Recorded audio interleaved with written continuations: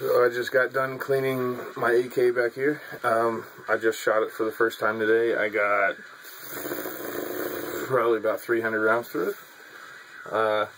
It performed perfectly, absolutely perfect. For those who don't know, this is an Arsenal SGL 3162. You can't tell really in the light, but the furniture is all plum. It's not black. And I am here to say, this is AK-74. This is 545, not 762. I'm here to say that I am still completely an AR guy. My 10.5 here, this is my baby. I've sunk so much money into it. Trigger on here, not so great. Of course, that's competing with the Geissele SD3G. This is a 2-stage, this is a single stage, this is super clean, super smooth. Not so much. It does its job. It's actually absolutely excellent. It's just not that good. This is the best AR trigger I've ever felt, therefore it's better than an AK trigger. I am not an AK guy by any means. Even though I own one now, I did in fact sell an AR-15 to buy this AK. But that's because I still have that one. And that one's better than the other one that I had. So, shooting impressions. 545 by 39 is outstanding. Still can't really tell that it's plum. Well, some of it you can. It's not black, it's plum.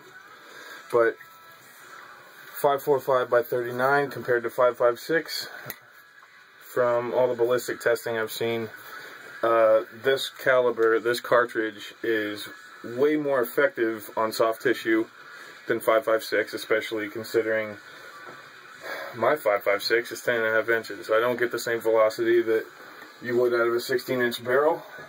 But even if I had a 7-inch or 8-inch, however long it is, crank off, which is 545 by 39, it would still be just as effective as this 16-inch version. The sound that this action makes when it cycles is unbelievable. That is the reason why I got it. My friend Travis had a Wasser 1063 that I shot for the first time probably close to 6 months ago, and just the sound of the action sold me. I had to have at least an AK, whether it was a Wasser or an Arsenal, had to have an AK. One disappointing thing, which really isn't that disappointing for me, it doesn't make the sound quite as much as AK-47 does. 762 by 39's action, from my experience so far, it doesn't have the same clanking kind of action as it cycles, which that's what I really liked when I was shooting my friend Travis's AK. I did not have to tinker with the sights, anything from around 10 yards out to 100 on the 100-yard setting, which these are supposed to be 1,000-meter sights on here. At the 100-meter setting, for anywhere from 10 yards out to around I think the farthest I shot was around 120 yards today. And I hit absolutely everything that I actually took my time and aimed with. It does just have iron sights on it, which you could see. This sight radius is, I've lined them up almost identical to that sight radius. However, this has a red dot, and that's what I'm comfortable with. I'm pretty terrible at using iron sights on a rifle. I'm pretty terrible at using iron sights on a pistol. They just don't cooperate with me all that much. The only pistol I've ever been able to hit really anything that I'm aiming at are full-size Glocks and my F&P 45 Tactical. I decided to make some fun steel targets, which, when I say steel, I use that term pretty laxly. This is just some pieces of really crappy metal. I mean, it's not, don't take it like I'm punching holes in AR-500. I'm not. This is really crappy pot metal, pretty much. Alright, now there's one. I just make them because I have access to it. Now, the experiment was here's 3 that were welded together. The very first time I shot it with the AK, the bullet did not go all the way through. It went through the first 2, and the third one was just bulged out in the back. The third plate caught it, which you could see the steel core because I'm shooting military Russian surplus ammo. You know, like the spam cam that I showed in a couple videos previous. This behemoth of a hole up here is not 5.45. That one is 270 Winchester at about 50 yards. All the rest of them were about the same distance, close to 50 yards, 45, 50, somewhere around there. Aside from that first shot, ever since, and completely destroyed it. Whatever, it wasn't even an experiment, really. I just wanted to see if it would stop pistol bullets. That was the only experiment, which it did. This circle right here and this circle right here are both 40 Smith & Wesson out of Walther PPQ, which it stopped it just fine, didn't even warp it. So, but then I got bored shooting at it with pistol from 50 yards away. Actually, that one was around 10 yards and it dimpled it kind of good, but that was it. Just dimpled the one plate. So I kind of got bored with it, started poking holes in it with that. I did take my AR with me today. I did not even bring it out because the weather was completely miserable. That's why I don't have any shooting footage. Went up in the mountains. I don't remember what the trail we go to is called. I can never remember it. It doesn't matter. Went up into the mountains to shoot. Had my friend's parents with us because they're out here on vacation.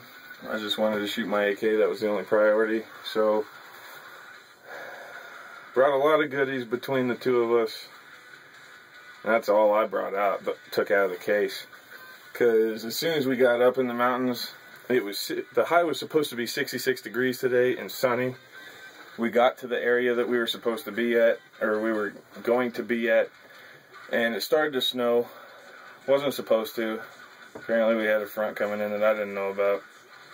And long story short, it was completely miserable. We were all soaked because no one wore the right attire for that kind of weather. No one was wearing any waterproof anything. I was wearing just my shoes were the only problem. I had a waterproof windbreaker on.